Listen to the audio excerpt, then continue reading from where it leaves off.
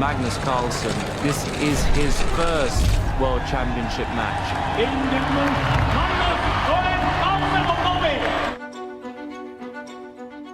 Certainly 2013 was a very good year for me. I was in good shape both physically and chess-wise. In terms of interest and so on, everything sort of took off a bit, but I do have the feeling that he got most of the heat there because I was mostly just having fun. I have worked with him since 2009 and most of the time as his manager. So I've been organizing everything kind of around him to make sure that he can focus and concentrate on playing the best chess he can. So 2009, Magnus was then 19. Yeah. What was he like? He was a bit different from now, actually. I think he was quite shy. It's difficult to get him to do things that he wasn't kind of used to do, and he wasn't too familiar with kind of all the things happening around being a chess player. It was really interesting to work with someone who's so different to me, so intelligent. When he started to get recognized on the streets more often in Oslo, that did not go down very well with him. And you can't do anything without people noticing what you're doing. I think he had in the London Classic in 2012, he got the highest rating ever for a chess player, beat Kasparov's record, and he was playing super good. He was at his top form, almost too good before the candidates, which was in London in 2013.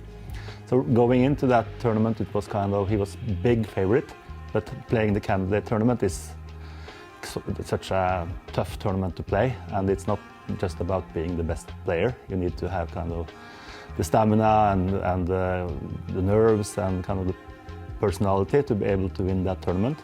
And he started very well, but it was kind of the nerves got to him as well. so it was so close with Kramnik in the end there. I remember going to wanting to watch the tournament, and there were so many people there. I think that's the first time I experienced that. It was almost not possible to even get into the playing venue because there were so many people. The nerves were just like, oh my God. During the tournament, we got an email from Time magazine that they had picked him for the Time 100 list, the list of the 100 most influential people in the world. That was kind of, wow, very prestigious. And but normally I don't tell about things like that during the tournament. We kind of keep everything, wait until it's finished. But after he lost to Ivanchuk, I talked to his father, and we agreed that okay, let's tell him about this because this might give him a small boost, and we did.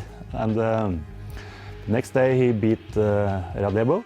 I think he was really happy to have done so well, and that normal people who would not usually follow chess being interested in it, but then he didn't like talking to the media, and he was not used to talking to the media as well. So it's not that great to have to perform when you have not played as well as you'd hoped, or you have a bad day.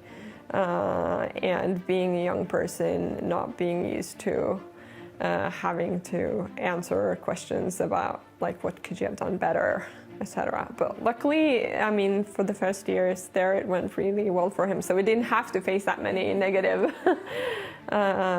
questions or coverage. It's almost like Magnus is looking through the matrix. What sort of cool things has Magnus been able to do because he is the best chess player in the world?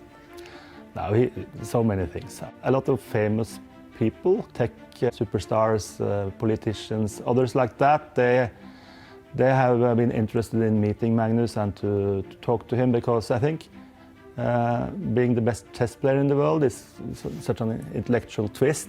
Fortunately, he hasn't been caught up by all this fame thing. For him, the real interest has always been the chess. Even when he is, for instance, at a dinner with a very famous person, the chess thing is in his head at the same time. That has helped him kind of keep him level-headed.